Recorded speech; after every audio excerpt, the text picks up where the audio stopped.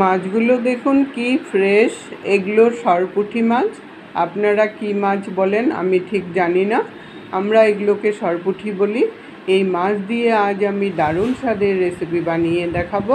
রেসিপিটা আপনাদের ভালো লাগলে সবার সাথে শেয়ার করে দিবেন। মাছগুলোকে কেটে প্রথমে নুন হলুদ মাখিয়ে রেখেছিলাম 10 মিনিটের মতো।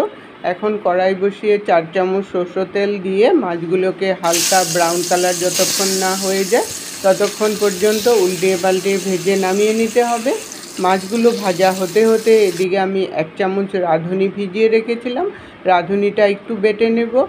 রাঁধুনি বাটা দিয়ে কখনো মাছের ঝোল বানিয়ে যদি না খেয়ে থাকেন তাহলে একবার হলেও বানিয়ে খেয়ে দেখুন, খুবই ভালো লাগে, সুন্দর একটা ফ্লেভার হয়। রাঁধুনিটা একটু জল দিয়ে চন্দনের মতো করে বেটে নিলাম, একদম প্লেন করে বাটবেন, তাহলেই কিন্তু রেসিপিটা খুব ভালো লাগবে। রাঁধুনিটা বেটে পাটাপুতার জলটাও উঠিয়ে নিলাম সাথে। এখন এদিকে মাছগুলোও ভাজা হয়ে গেছে। ওই তেলের মধ্যে সামান্য পরিমাণে আরেকটু তেল দিয়ে হাফ টিস্পুন কালো জিরা দিয়ে দিলাম।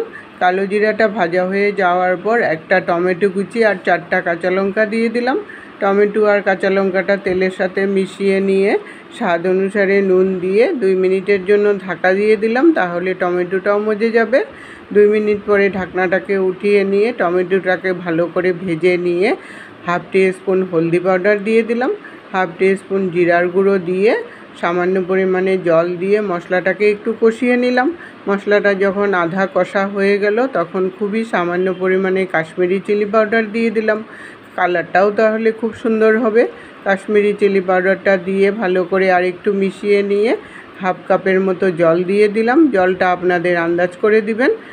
জলটা দিয়ে ভালো করে মশলার সাথে মিশিয়ে নিয়ে ঝোলটা যখন ফুটে উঠলো তখন ভেজে রাখা মাছগুলোকে দিয়ে দিলাম। মাছগুলো দিয়ে ঝোলের সাথে ভালো করে মিশিয়ে নিয়ে 2-3 মিনিট ফুটিয়ে নিলাম।